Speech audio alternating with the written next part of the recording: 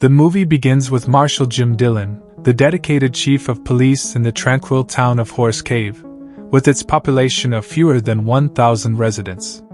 Marshal Jim is unwavering in his commitment to maintaining peace within this peaceful community. Assisting him faithfully is Deputy Matt Reynolds. One ordinary day, two members of a biker gang unexpectedly roll into town, catching the attention of Deputy Matt as they pass by the police station. Matt's curiosity gets the better of him, prompting him to inquire of Jim why these bikers have ventured into their town. It is indeed an unusual sight, especially during the early morning hours. However, Jim reassures Matt, urging him not to be overly concerned. He speculates the biker gang might have lost their way and accidentally found themselves in Horse Cave. You're serving a felony arrest warrant just outside of Dallas.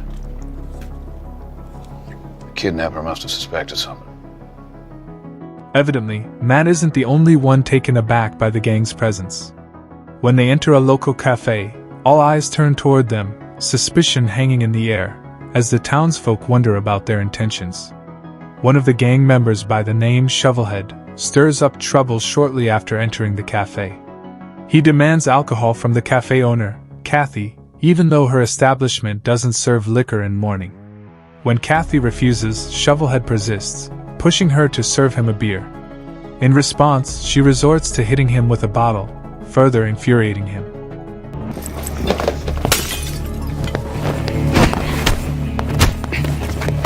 This escalates into a challenge, as he calls her to a fight.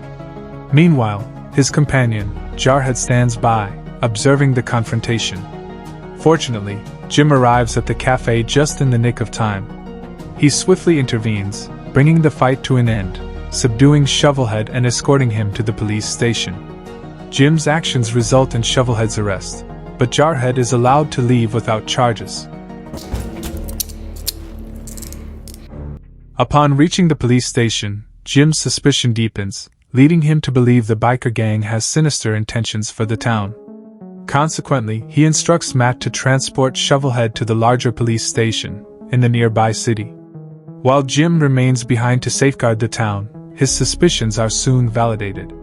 Matt drives a significant distance away from the city, when the remainder of the motorcycle gang stealthily infiltrates the town. It is revealed Shovelhead was merely a decoy, an allure used to weaken the town's defenses. With minimal security in place, the gang members plan to target the electric substation, plunging the entire city into darkness.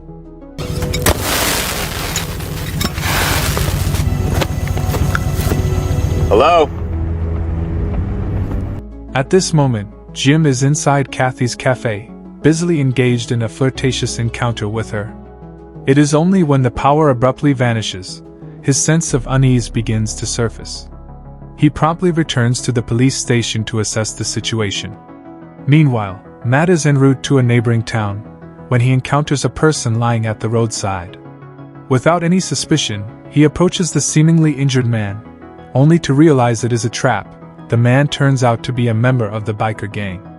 As soon as Matt is within striking distance, the man springs to his feet and aims a firearm at him, taking Matt hostage.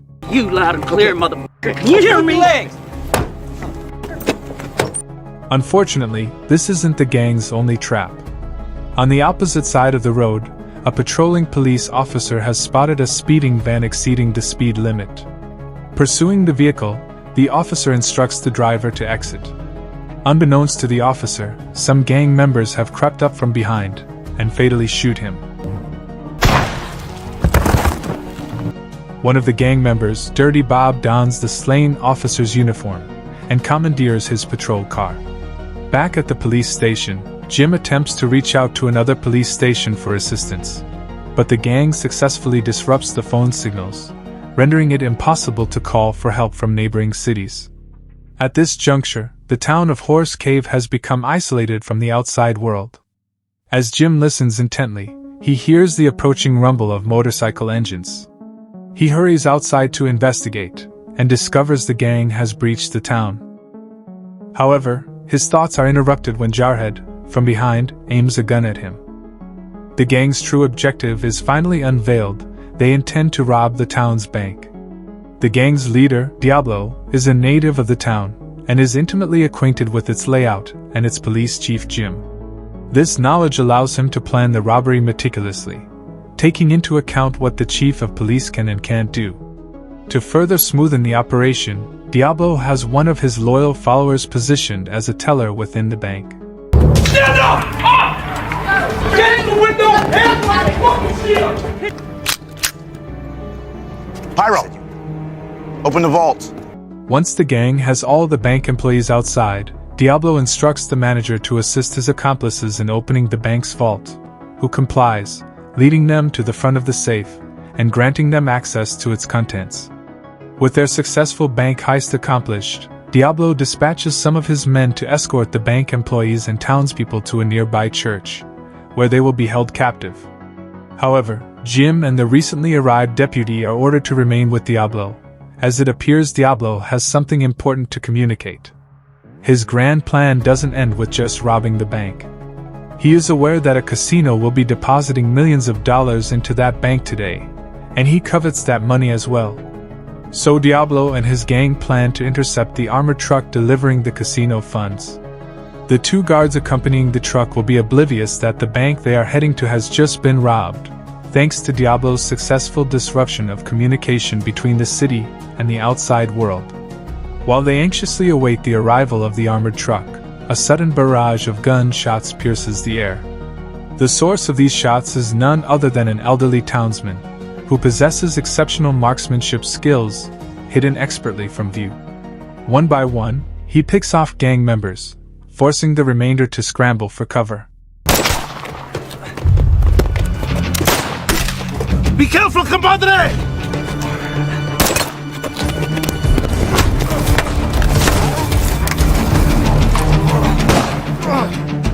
In the midst of this chaos, Jim and Matt seize the opportunity to slip away unnoticed. However, amidst their escape, they fail to realize a terrified woman has also been near the scene. The terrified woman, attempting to flee the crossfire, is unfortunately caught by Diablo. He promptly takes her hostage, brandishing a lethal threat. He vows to shoot her, unless the elderly marksman reveals himself.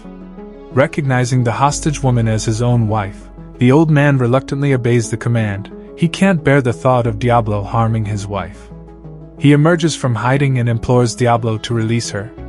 Diablo, unmoved by the man's pleas, callously shoots the elderly man dead. Recognizing the strategic value of the hostage woman, Diablo wastes no time in using her to exert pressure on Jim and Matt, who are now in hiding. He swears to kill her, unless they surrender themselves. In a state of panic, Matt attempts to buy some time by sounding the alarm within the store, where they have taken refuge. Unfortunately, his actions enrage Diablo, prompting him to shoot the woman without hesitation.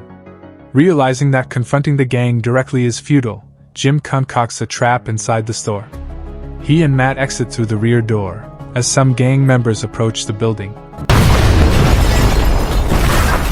Jim and Matt decide to split up, a tactical maneuver intended to facilitate their surveillance of the gang's movements. For a while, Diablo and his gang allow the two officers some respite, as they await the arrival of the armored truck. Make contact with him and see if I can get him to call for backup. Do until then. Don't get yourself killed. Remaining inside the bank, they strategize an ambush on the truck's guards as soon as they arrive. Upon the armored truck's arrival, the driver can't help but feel uneasy about the eerie quietness that has befallen the city.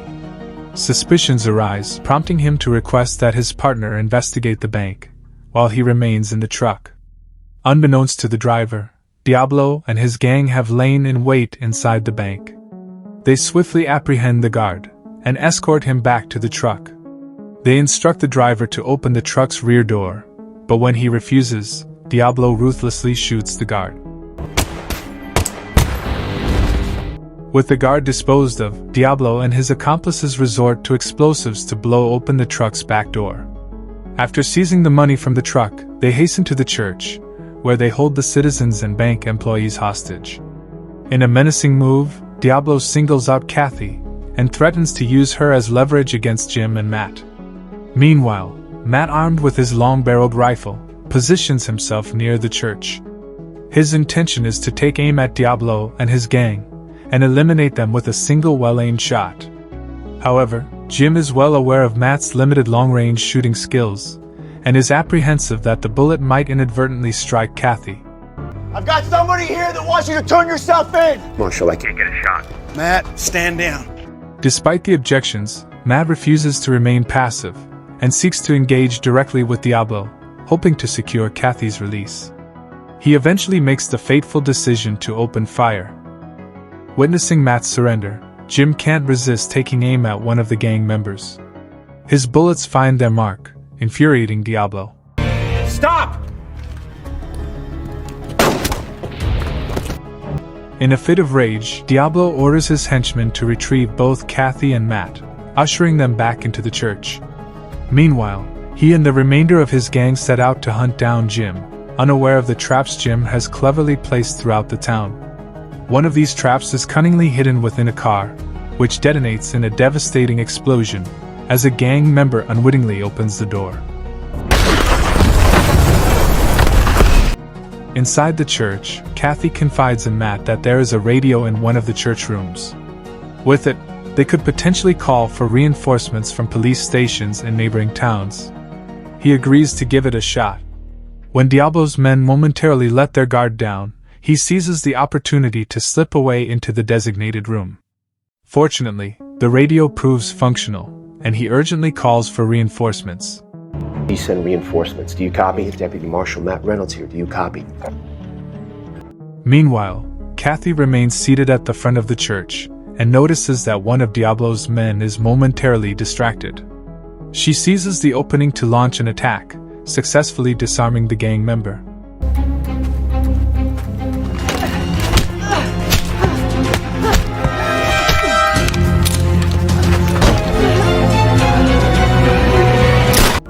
After dispatching this threat, she instructs all the prisoners to relocate to a safer location on the other side of town. Elsewhere, Jim finds himself engaged in a fierce gunfight with Diablo and one of his henchmen.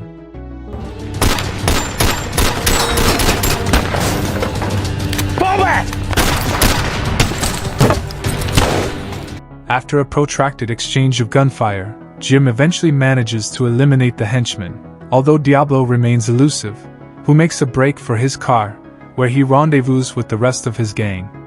The surviving henchman informs him that police from a neighboring town will soon arrive, prompting them to hastily depart with the stolen money. Consequently, Diablo abandons the pursuit of Jim, focusing instead on escaping before the police can apprehend them. However, just as he is about to make his getaway, Jim reappears on the scene.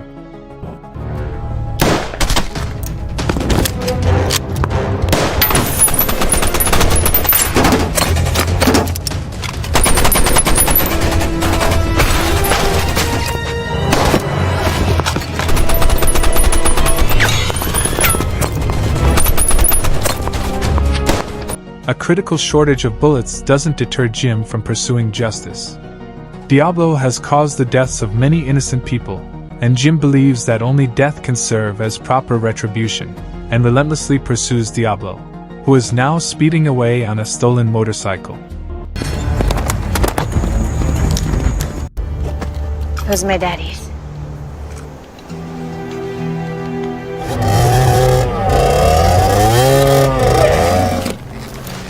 I need you to stay safe.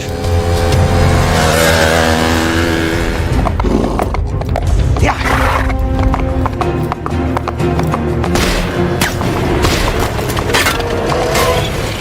The intense pursuit continues for a brief moment, before Jim's precise shot causes Diablo's motorcycle to crash onto the pavement.